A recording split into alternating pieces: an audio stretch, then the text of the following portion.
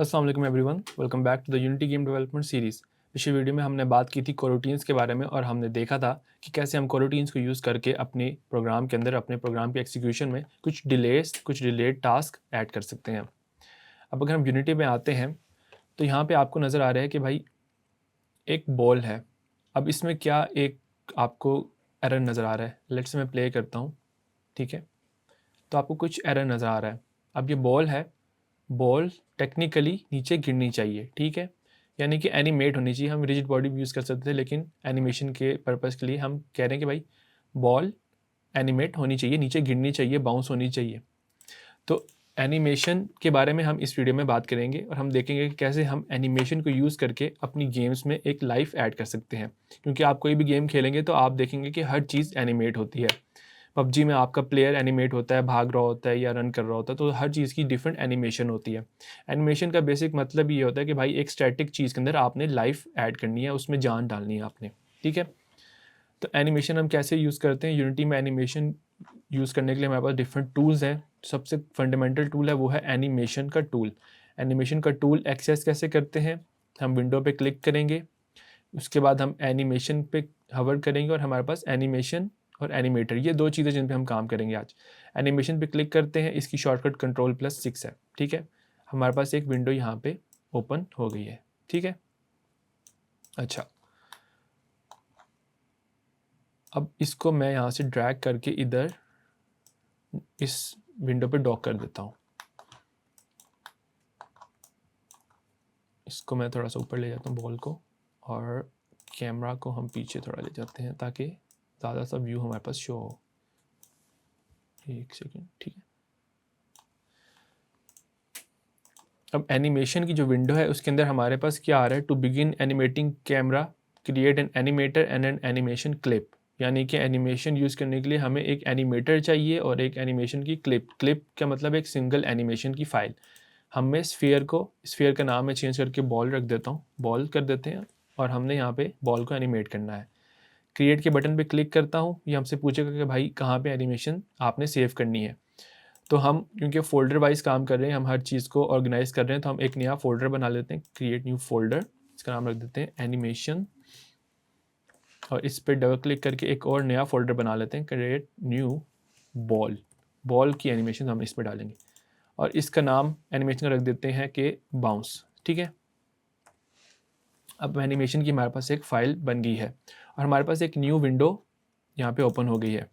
अब यहाँ पे डिफरेंट हमें टाइम नज़र आ रहा है कि भाई 40-50 सेकंड्स, ये हमारी टाइमलाइन है। टाइमलाइन में हम एनिमेशन बनाते हैं, उसके की फ्रेम ऐड करते हैं।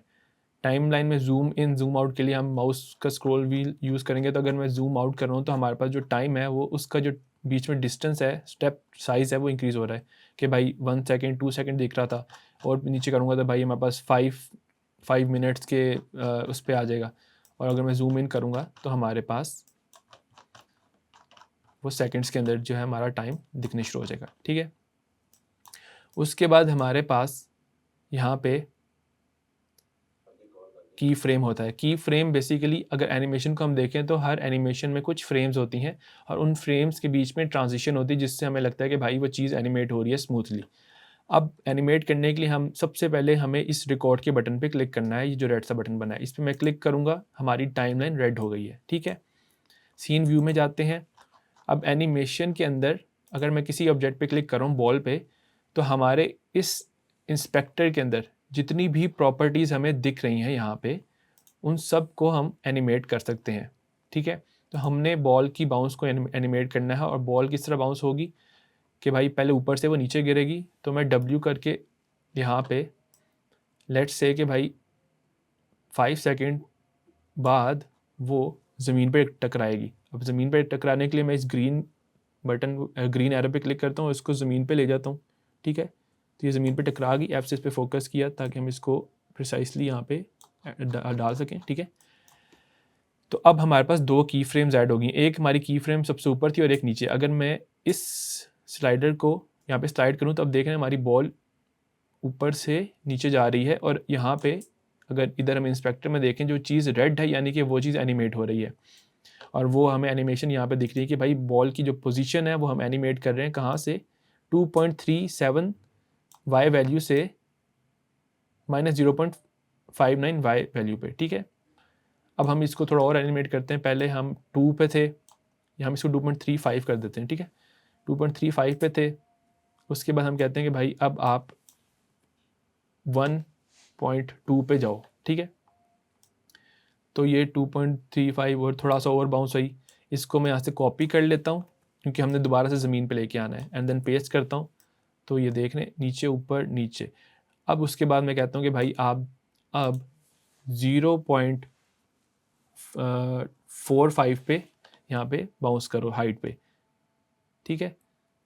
उसके बाद दोबारा से पेस्ट कर देते हैं इसे, एंड देन मैं कहता हूँ कि भाई अब आप करो 0 पे -0.15, ठीक है। एंड देन उसके बाद दोबारा से हम इसको कंट्रोल-C करते हैं एंड यहाँ पे V कर देते हैं। तो अब मैं अगर प्ले करना चाहता हूँ एनिमेशन को, तो मैं प्ले के बटन पे क्लिक करता हूँ। गेम व्यू में आप देखेंगे कि हमारी बॉल बाउंस कर रही है ऊपर से नीचे, ठीक है।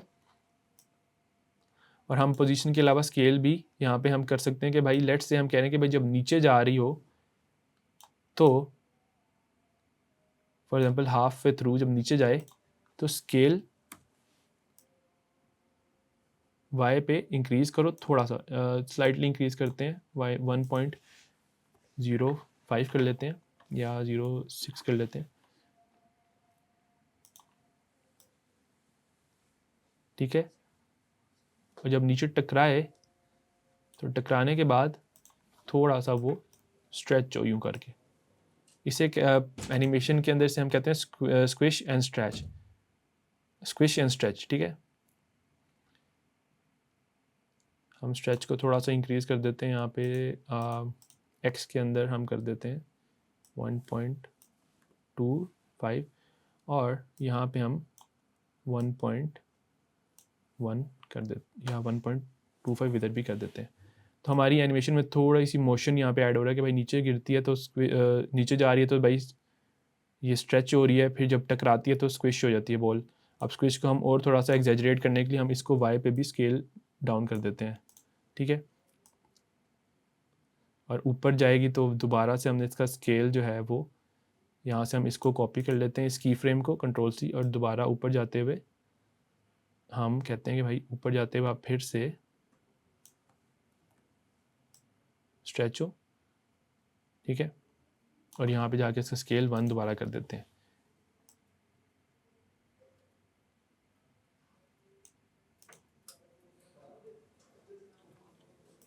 ठीक है। तो हमारे पास अब बॉल हमारी जो है एनिमेट हो रही है। अगर हम अब प्ले मोड में जाएंगे, इसको मैं रिकॉर्डिंग को एग्जिट करता हूँ और प्ले मोड में जाता हूँ, तो हमारी जो बॉल है वो कंटिन्यूसली एनिमेट हो रही है। हम अगर चाहते हैं कि भाई ये सिर्फ एक ही दफ़ा एनिमेट हो, तो एनिमेशन का फोल्डर हमने बनाया था, बॉल में गए थे, तो हमारे पास दो चीज़ें बनी हुई हैं, ये हमारा एनिमेटर है और ये हमारी एनिमेशन है।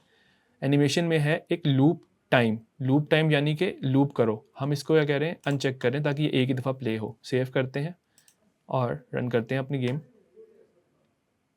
तो हमारी बॉल जो है वो एक ही दफ़ा एनिमेट हुई है। उसके बाद एनिमेटर है हमारा, इस पर अगर मैं डबल क्लिक कर रहा हूँ तो एक नई विंडो हमारे पास ओपन हो गई है। एनिमेटर के बारे में हम ऐसे तो जैसे जैसे हम एनिमेशन अपने गेम्स में ऐड करेंगे हम उसके बारे में डिटेल में देखेंगे, बट फॉर नाउ हमारी जो एनिमेटर होता है उसके अंदर हमारे पास डिफरेंट चीज़ें हैं। जो मेन चीज़ें हैं वो ये है कि हमारे पास एक मेन लेयर है और उस लेयर के अंदर हमारे पास डिफरेंट स्टेट्स हैं। अभी हमारे पास सिंपल स्टेट है बाउंस की, यानी कि जब एनिमेशन स्टार्ट होती है, एंटर होते हैं हम इस एनिमेटर के अंदर, तो हम डायरेक्ट ये एरो बना हुआ है, ये एरो डायरेक्ट हमारे पास बाउंस में चला जाता है। उसके बाद हमारे पास कुछ पैरामीटर्स होते हैं। अब एनिमेटर को थोड़ा डिटेल में हम देख देते हैं। उसके लिए हम क्या करते हैं कि भाई हम सबसे पहले जल्दी से एक दरवाज़ा बना लेते हैं। ये इसको फास्ट फॉरवर्ड कर लेंगे हम, 3D ऑब्जेक्ट क्यूब में बना लेता हूँ।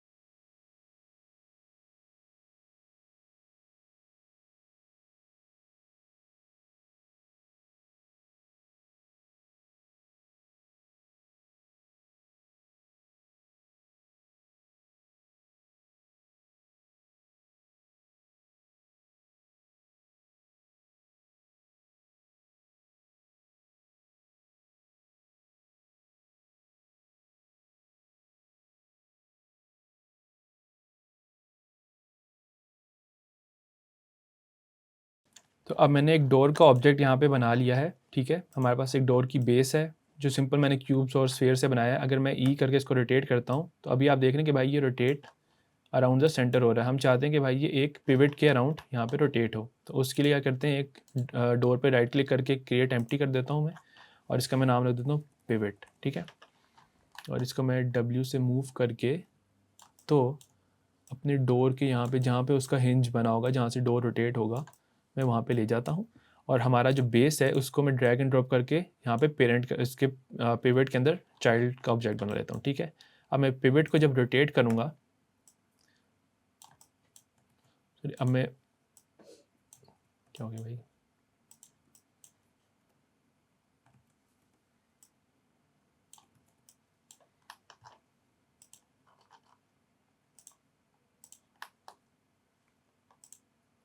ठीक है। पिवट का ऑब्जेक्ट हम बना लेते हैं, ठीक है।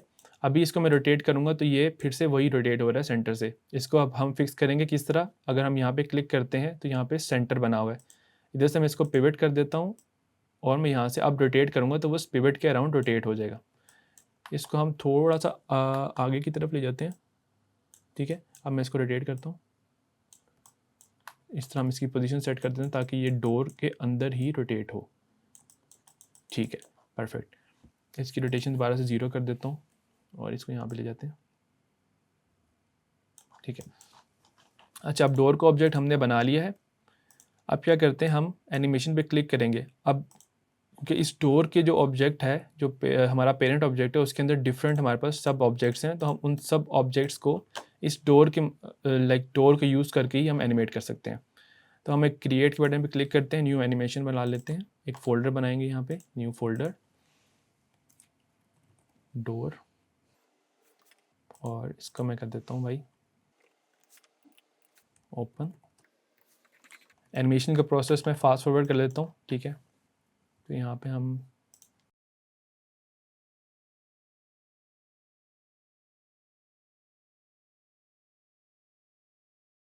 डोर की एनिमेशन हमने ओपन की बना ली है, ठीक है। अब हम क्लोज़ की बनाना चाहते हैं, तो क्लोज़ के लिए हम क्या कर रहे हैं भाई, हम इधर से रिकॉर्डिंग एग्जिट करेंगे, यहाँ पे ड्रॉप डाउन है, ये एरो बना हुआ है, इस पर क्लिक करेंगे तो क्रिएट न्यू क्लिप का ऑप्शन आ जाएगा, इस पर क्लिक करते हैं और इसका नाम रख देते हैं क्लोज़, ठीक है। और क्लोज़ में हम क्या कह रहे हैं भाई, 90 से स्टार्ट हो, सॉरी पिवट पे हमने एनिमेट करना है, तो 90 से स्टार्ट हो और 0 के ऊपर जाके वो एग्जिट हो जाए, ठीक है। तो अब हमारे पास डोर क्लोजिंग की जो एनिमेशन है वो भी बन गई है, सही है। अब हम दोबारा से ओपन पे चले जाते हैं यहाँ पे और प्रोजेक्ट पे क्लिक करते हैं, एनिमेशंस पे क्लिक करते हैं और डोर पे क्लिक कर देते हैं। अब ओपन और क्लोज जो है वो दोनों पे लूप हुआ हुआ है। अब हम कंट्रोल से दोनों का सिलेक्ट करेंगे और दोनों को यहाँ से लूप ख़त्म कर देंगे ताकि वो एक ही दफ़ा प्ले हो।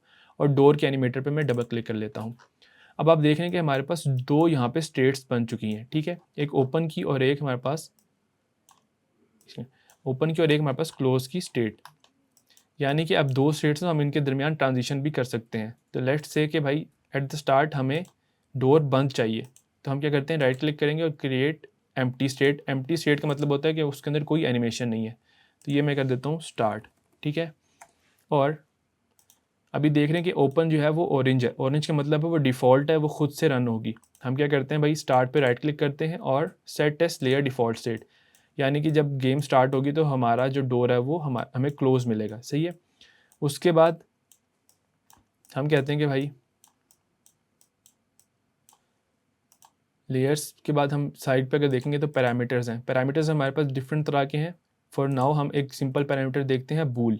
बूल यानी कि ट्रू या फॉल्स, हम इसे कहते हैं डोर, या हम इसे कह देते हैं, हाँ इसका नाम रख देते हैं ओपन रख देते हैं, ठीक है। उसके बाद राइट क्लिक करूँगा और मेक ट्रांजिशन करूँगा और ये देखने हमारे पास एरो आ रहा है, इसको मैं ड्रैग करके किसी स्टेट पे लेके जाता हूँ तो वो उसके साथ एकदम से हुक हो जाता है, अटैच हो जाता है। यहाँ पे ड्रॉप करता हूँ और इस एरो पे क्लिक करता हूँ तो हमारे पास क्या आ रहा है भाई, हमारे पास ट्रांजिशंस आ रही हैं, ठीक है। अब ये क्या हो रहा है भाई, हैज़ एग्जिट टाइम, यानी कि स्टार्ट के बाद वो खुद से ओपन में जाएगा, नहीं भाई, स्टार्ट के बाद जब ओपन में जाना है उसके लिए कंडीशन चाहिए। तो कंडीशन के लिए मैं इस प्लस के बटन पे क्लिक करता हूँ और ओपन यहाँ पे मेरे पास आ रहा है कि भाई ओपन की कंडीशन जब ट्रू होगी तो आपने इस स्टेट में जंप करना है। एग्जिट टाइम को यहाँ से मैं अनचेक कर देता हूँ और उसके बाद एक न्यू ट्रांजिशन बनाता हूँ भाई, क्लोज़ की और क्लोज़ से मैं बनाता हूँ ओपन की। तो हमने ये स्टेट्स बना ली हैं, ठीक है। अब ओपन से क्लोज़ में हमने कब जाना है, ऑटोमेटिकली नहीं जाना, हमने तब जाना है जब हमारी जो ओपन वाली कंडीशन है वो फॉल्स होगी, यानी कि जब हम क्लोज़ करेंगे अपना डोर। और क्लोज़ से ओपन में कब जाना है, ऑटोमेटिकली नहीं जाना, जब हमारी कंडीशन ओपन की ट्रू होगी, सही। अब हम सीन में जाते हैं और डोर पे मैं क्लिक करता हूँ तो हमारे पास एक नया कंपोनेंट यहाँ पे ऐड हो गया है, जिसका नाम है भाई एनिमेटर। एनिमेटर यूज़ करता है एक एनिमेटर कंट्रोलर जो हमने यहाँ पे बनाया हुआ है, और एनिमेटर कंट्रोलर यूज़ करता है एनिमेशंस जो कि हमने यहाँ पे डिफ़ाइन की हुई हैं। एनिमेशन की स्टेट पे क्लिक करें तो ये हमारे पास स्टेट होती है और उसके अंदर मोशन होता है। मोशन बेसिकली यानी कि कौन सी एनिमेशन की क्लिप हम यूज़ कर रहे हैं। बाकी जो इसकी एडवांस प्रॉपर्टीज़ हैं वो हम जब फर्दर गेम बनाएंगे प्रॉपर तो उसमें भी हम चेक करेंगे। अभी फॉर नाउ हम देख लेते हैं कि हम एनिमेशन प्ले कैसे कर सकते हैं। अभी मैं अगर रन करता हूँ अपनी गेम को तो हमारा जो डोर है वो ऑटोमेटिकली ओपन या क्लोज नहीं हो रहा, ठीक है। कैमरा जो है वो मैं डोर के सामने ले आता हूँ। पहले कैमरा फिट करेंगे एंड देन उसके बाद कैमरा पे क्लिक किया और कंट्रोल शिफ्ट F किया तो वो उसके ऊपर हमारे पास जहाँ पे कैमरा देख रहा था उसी साइड पे हम ले आए हैं। इसको थोड़ा सा हम फिक्स कर लेते हैं, व्यू में ले आते हैं, ठीक है, ऐसे। एंड देन अब हम क्या करते हैं भाई, स्क्रिप्ट्स में जाते हैं और यहाँ पे क्रिएट C# स्क्रिप्ट डोर, ठीक है। एक स्क्रिप्ट बना ली और इसको हम ड्रैग एंड ड्रॉप करके अपने डोर के ऑब्जेक्ट पे प्लेस कर देते हैं, ठीक है। डोर की स्क्रिप्ट ओपन कर लेता हूँ। अब हमने क्योंकि एनिमेटर को यूज़ करना है तो हम क्या करेंगे, एक पब्लिक एनिमेटर बनाएंगे, ठीक है। एनिमेटर ये वाला हमारा कंपोनेंट है, हम इसको एक्सेस करेंगे। एक्सेस करने के लिए हमने जिस तरह पहले देखा, हम अवेक मेथड के अंदर animator equals to get component animator कर लेंगे तो वो ऑटोमेटिकली हमारा एनिमेटर ये वाला फेच कर लेगा, ठीक है। और उसके बाद अपडेट मेथड के अंदर या उससे पहले हम यहाँ पे बना लेते हैं प्राइवेट बूल इज़ ओपन, ठीक है, इज़ ओपन। और ये शुरू में फॉल्स है यानी कि डोर क्लोज है। इफ़ इनपुट डॉट गेट की डाउन की कोड डॉट लेट्स से ई की गेम्स में अक्सर ई की प्रेस करके आप डोर्स वगैरह ओपन करते हैं तो हम ई कर लेते हैं। यहाँ पे हम कर देते हैं is open equals two is not is open, यानी कि पहले फॉल्स था, एक दफ़ा प्रेस किया तो वो ट्रू हो गया, दोबारा प्रेस किया तो वो फॉल्स हो गया and so on so fourth, ठीक है। उसके बाद अब हमने एनिमेशन अपनी प्ले करनी है, तो एनिमेशन प्ले करने के लिए अभी हम क्या करते हैं, एनिमेटर डॉट सेट बूल, यानी हम बूल सेट कर रहे हैं। ये जो हमारा पैरामीटर हमने बनाया था, यहाँ पे एक पैरामीटर बनाया था, इसको हम ट्रू या फॉल्स कर रहे हैं। तो सेट बूल क्या कर रहे हैं हम, इसका नाम क्या है, ओपन। अब नाम जो है हमें मेक श्योर करना होता है कि भाई जो यहाँ पे हमने नाम रखा है वही नेम यहाँ पे भी हम रखें, और वैल्यूज़ की क्या रखने हैं, इज़ ओपन, ठीक है। ये हमने कर दिया। यूनिटी में हम वापस जाते हैं एंड देन हम उसके बाद गेम प्ले करते हैं। जो हमारी एनिमेटर की रेफरेंस है वो ऑटोमेटिकली फेच हो गई है। अब मैं स्पेस की दोबारा से, इसीलिए वो प्ले नहीं हो रहा था, मैं एक ई की दबाता हूँ तो हमारा डोर ओपन हो गया, दोबारा से ई दबाया तो डोर क्लोज हो गया। बेसिकली एनिमेशन और एनिमेटर के लिए इतना ही था। आई होप कि आपको इस चीज़ की समझ आ गई होगी कि हम कैसे एनिमेटर को यूज़ कर सकते हैं और एनिमेशन हम बना सकते हैं। फर्दर जैसे जैसे हमारे पास न्यू एनिमेशन आएंगी हम उसको भी स्टडी करेंगे। तो मिलते हैं अगली वीडियो में। अल्लाह हाफिज़।